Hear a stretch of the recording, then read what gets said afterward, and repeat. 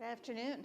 I'm Rosalie Donlon, Editor-in-Chief of National Underwriter Property Casualty Magazine and PropertyCasualty360.com. And this afternoon, I'm speaking with Luke Lanier, the President and CEO and Founder of SafetyCulture. And Luke is visiting us from Sydney, Australia. So he's probably had the longest trip here of anyone in the audience. Perhaps. Luke, tell us a little bit about SafetyCulture and the business model that you've come up with in the insurtech space. Yeah, sure. So SafetyCulture started really from my experience as a private investigator. I used to work for the workers' comp sector, and it was my job to spy on people each day who'd been injured at work. And I was involved in about 2,500 cases, so I had a team of ex-police, and we would literally followed people around all day, would sit in the back seat of the car, not like in the movies where they're in the front seat filming and taking photos. We're actually in the back seat when the cars are parked, so no one knows you can't in there. And I think I just got tired of seeing everyday people getting injured for what was always preventable things. And so SafetyCulture started out originally as a training document company, and then in 2012 we released iAuditor, which was a checklist app that was based on I think teams already using checklists everywhere in the world. Every McDonald's bathroom's got a checklist on the wall, when it was last cleaned and who by. And so we wanted to really see if we made a checklist app for teams in the workplace, if they would download it and use it. And so today it's used to about 450 million checks a year all over the world, and people do all sorts of things with it. You're really successful doing it from the bottom up instead of the top down. Could you talk a little bit about how that came about and whether that approach you're seeing a lot of adoption of that approach?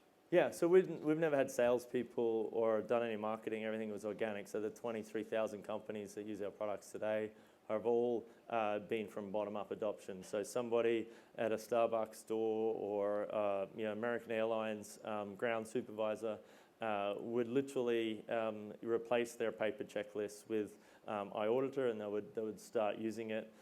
It's free for 5 users, so essentially they wouldn't have to expense it until they got to a sort of team size. And then they became our salespeople, essentially. They would be the advocates that would be telling their managers and everyone else about it. So we've never kind of really had a top-down model. We've had companies sometimes contact us and say, we've got all these people using iAuditor, but we don't know anything about it. And so they're fun calls to get. Yeah. What part of worker safety do you think is still broken, and how do you think is best to address that?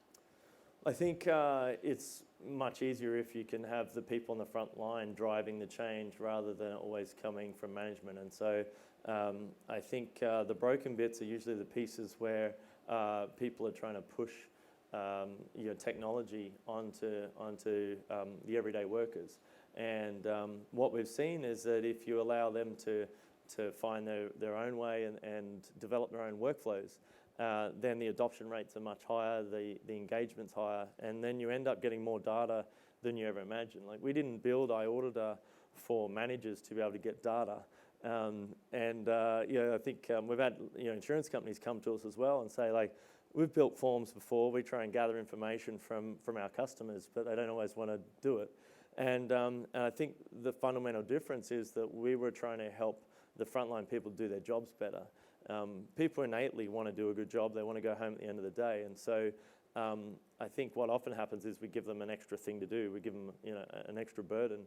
And our approach was, how do we make it easier for them to do their jobs? And I think that's the fundamental difference. And I think it gets easier once you've got that adoption and the buy-in from people on the front line. And so the app basically lives on somebody's smartphone or tablet. They just walk around the workplace with it? Yeah, exactly. Routine checks, people. Typically, we see often users will replace maybe a monthly or a quarterly inspection with iAuditor. But over time, what happens is they do more frequent, shorter inspections. So they might do a daily store check, or they check their fridge temperatures if they're in retail or in a restaurant multiple times a day. So instead of this kind of quarterly security and safety audit or something that used to happen, it's now much more granular and much more frequent. And that then gives the teams and the managers visibility that they never had before. And that is where it becomes transformative. People can then make much better decisions. They can see trends earlier. We can see all these micro behaviors. We can see how long it takes someone to answer a question. If they're just sitting in a chair and they're hitting buttons, we can measure all of those things. If they're walking around a vehicle, we can see that. And so there's a lot of micro behaviors that we can use to understand what best practice really looks like, and then also incentivize and promote better ways of working to teams that can improve. And then do companies use that data in their safety training? Yeah, they use it in their safety training. They use it to give to their insurers. They use it in all sorts of ways. But I think there's two parts to it. One is a risk reduction, which is, I guess, from an insurance point of view, attractive. But from a customer point of view, the bigger upside for them is usually the performance improvement. And so if a team is checking the things that matter to them more often, then they're going to deliver a better customer experience or build a better product. And so the performance uplift in that, we see customers get around 7 or 8% increase in customer satisfaction in their stores in retail, for example, if they're doing daily checks. Their store profitability increases. The stores are cleaner, they operate better. And so the performance uplift is actually bigger than the risk reduction. And that's, I guess, something that we didn't expect when we first set out. We'll kind of help people avoid having problems. But the benefits they get outweigh the mitigation of the risk. Well, we know that usually frontline supervisors are not the youngest people in the most tech savvy. So does it matter? I mean, it sounds like the app is simple to use regardless of how tech savvy you are, whether you still use a flip phone or not, personal flip phone. Would that be accurate? Yeah, I think a lot of people in sort of this area have made the mistake of trying to build software for compliance or for regulatory conformance. And what typically happens is you build terrible software. We've always taken the approach that we're not here, compliance is a minimum standard. The law is kind of the safety net of society. It's not best practice. And I guess it's probably similar to if you're raising a child or your children based on the law. You got to feed them, clothe them, take them to school. If that was your standard for parenting, you're going to be a terrible parent. You got to read to them at night and take them to dancing classes and all this kind of stuff. And yet a lot of people see compliance as the high watermark for business. And so our approach was never to say, hey, if you do all these things, then you'll be compliant. Our approach was always to help our customers achieve a better result for themselves as efficiently as they could.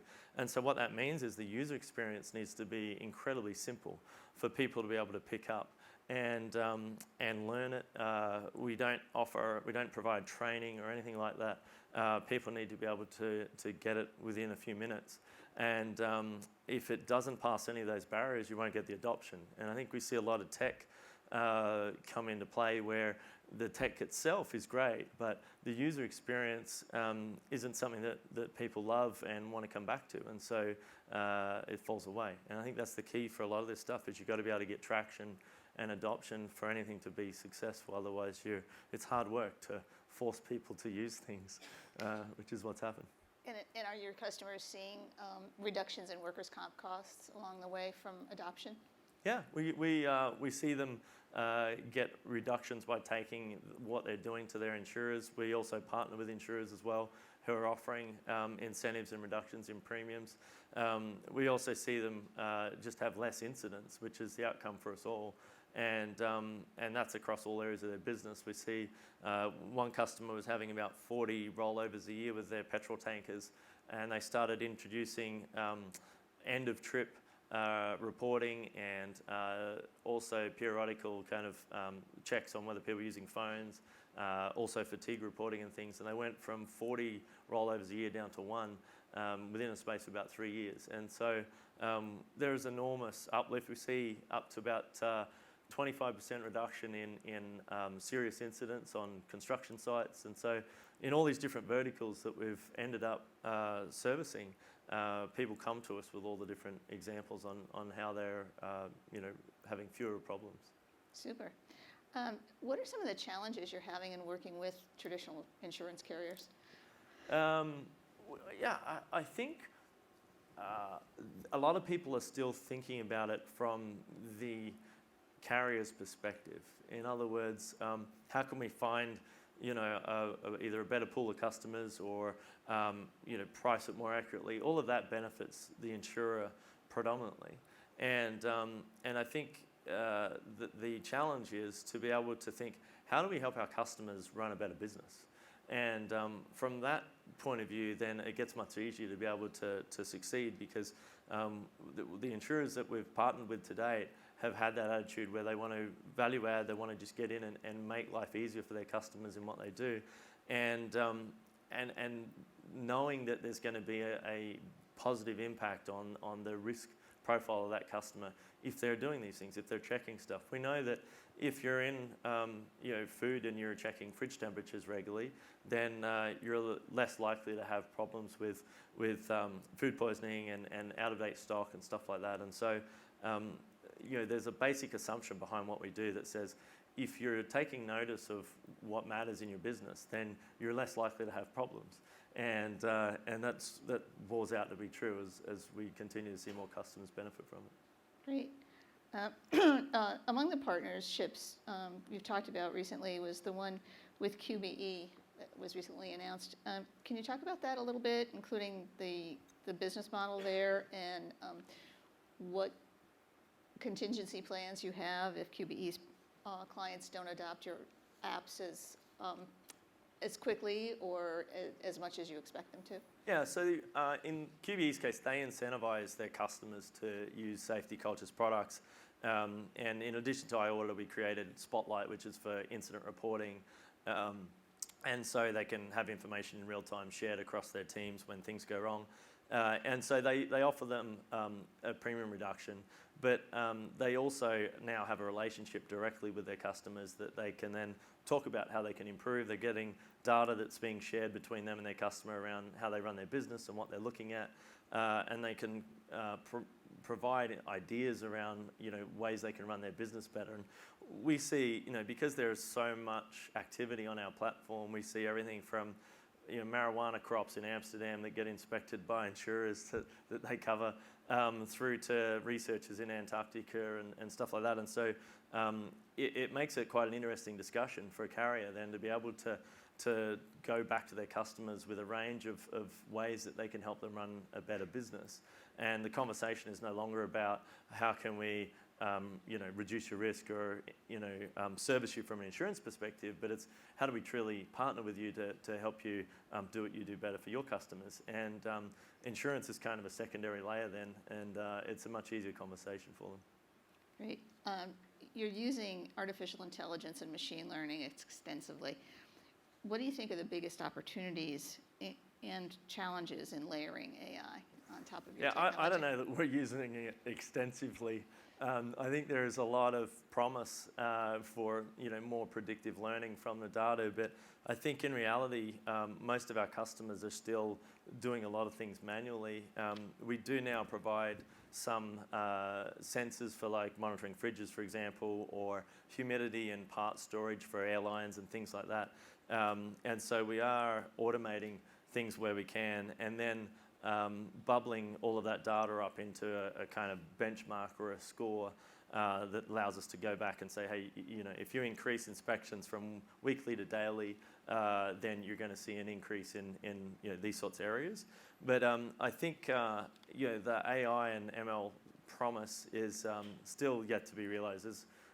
We've got a lot of data and over 150 million images of issues in the workplace and things like that.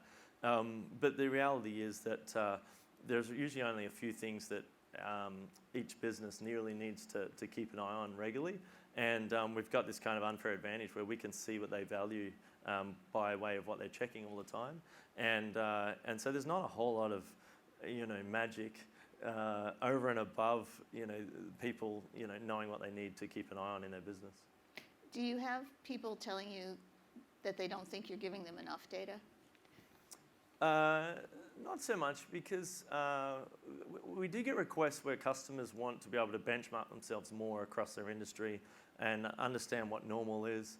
And we see more of that sort of thing happening, but we augment a little bit. We've looked at like weather data and being able to predict if you're a McDonald's store and you've got outdoor furniture and there's 40-mile-an-hour winds coming, then you want to go and pull stuff in, or if you've got shopping carts out in the parking lot, things like that. So we've looked at being able to give them additional data sources to factor into their decision making, but by and large, the amount of data that they collect is usually overwhelming to them, because the old model was that management gave them an inspection every quarter, and that came in and they typed it up, and then they assessed each location. Whereas now they got stuff every single day, and they need help to try and make sense of it, I think, is probably more the challenge for them. And through our API, people can then repurpose data and look at how they want to slice it and dice it to be able to make distinctions. Is there a company size that you see as the sweet spot for you? We're not much good yet when you get over about 10 or 20,000 people on a team. Up until that, we're pretty good. And below, say, 20, then value's limited. The more you've got data coming into a centralized point, the more data that comes in, the better you can assess things. If you open a restaurant around the corner and you manage it and you run it and you're there every day, you don't really need us, because you're on top of it. If it's Mario's Italian restaurant, then Mario's got it all covered. But if it opens a second one and then a third one, a fourth one, you can't be in more places at once. And so that's where we come in. And so the more distributed, the bigger the teams, then the more value we can provide. You're doing well, obviously, in workers' comp, and you recently hired a head of insurance to find partners in the UK. What do you think the market opportunity is for you in the UK, in the US, and globally? We're still working that out. I think it's early days on that front. I think we'll probably build a $500 million a year business out of the SaaS software side of it. The partnerships with insurers, I think, adds another dimension to that. And I think over the next 2 or 3 years, we'll understand more around what that looks like. We're kind of in a unique position where we have a lot of data and a lot of adoption. And so it's a question of finding the right model and the right insurance partners to be able to leverage that, and then also be able to help them with their current book that they have with their customers. We've seen a lot of insurers partnering with IoT insurtech companies, either buying or building.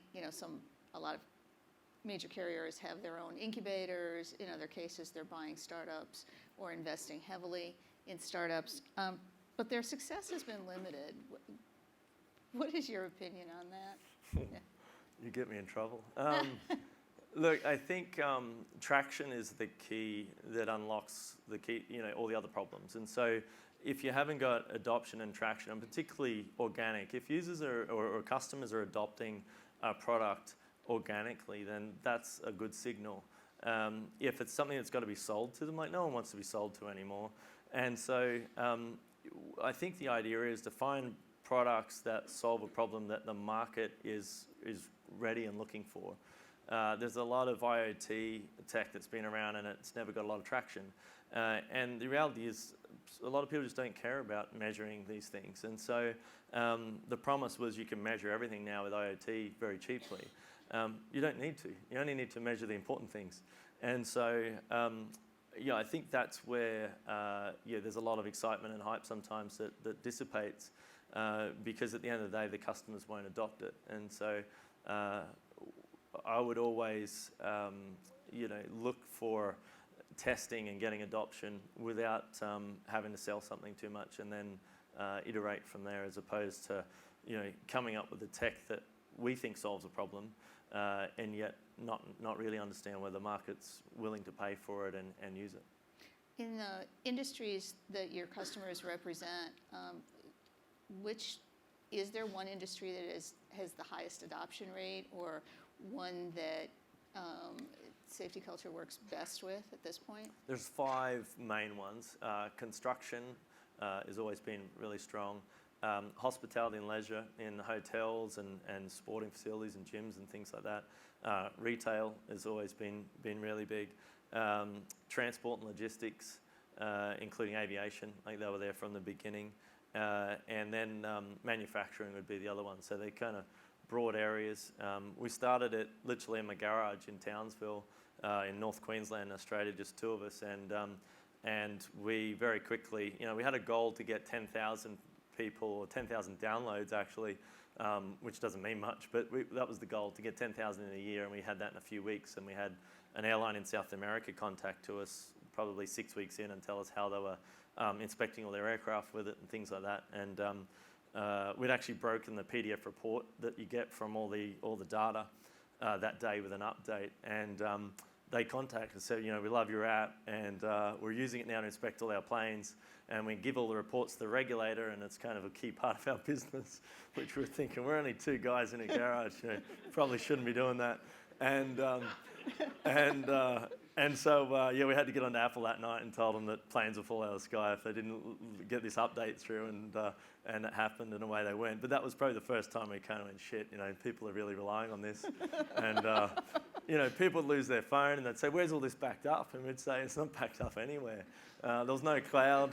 And so, today we've got hundreds of people that build the platform, and we've evolved a long way since then, and re-architect the whole thing on AWS and data centers around the world. So it's a very different organization today to what it was then, but it caught us by surprise. Like, we didn't expect people to be using it for such serious work as they do.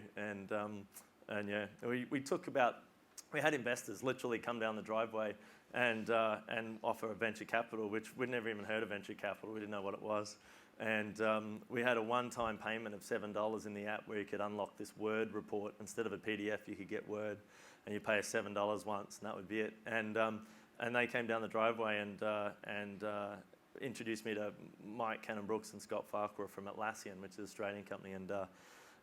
So they ended up putting in some capital, and things started to move a bit quicker since then, and we've been playing catch-up ever since. And now you're in several countries and several cities. And how big are you now? The team-wise is a bit over 300 people, and we've got an office in Kansas City in the US, which is a great place. Salt of the earth people who our customers love. And we've got an office in Manchester as well, and then Sydney, my hometown in Townsville, still got about 20 engineers up there, and we also have a team in Manila as well. So there's a few different locations, and we support 14 different languages. And Australia's a tiny part of our customer base now. It continues to get smaller and smaller. What do you look for when you're hiring?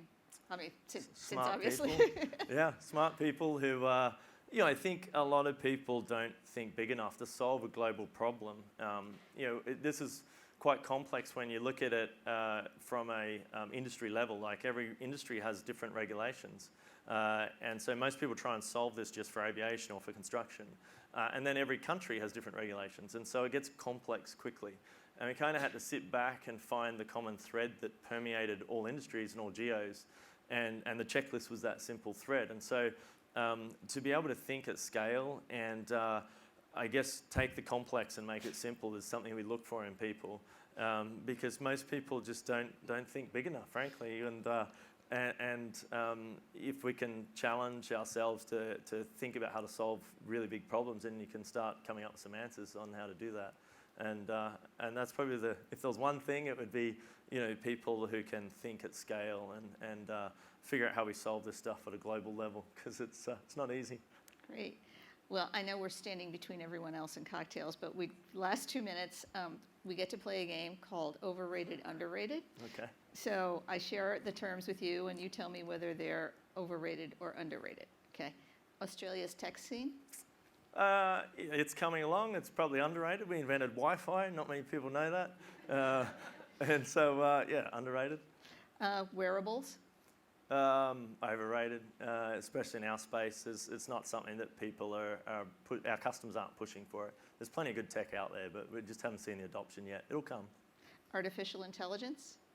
Underrated, and I'd also say underutilized. Like, I think once people figure out how to use data really well and then be able to learn from it and have that automated, then it's powerful, but it's still underrated. Freemium SaaS as a model?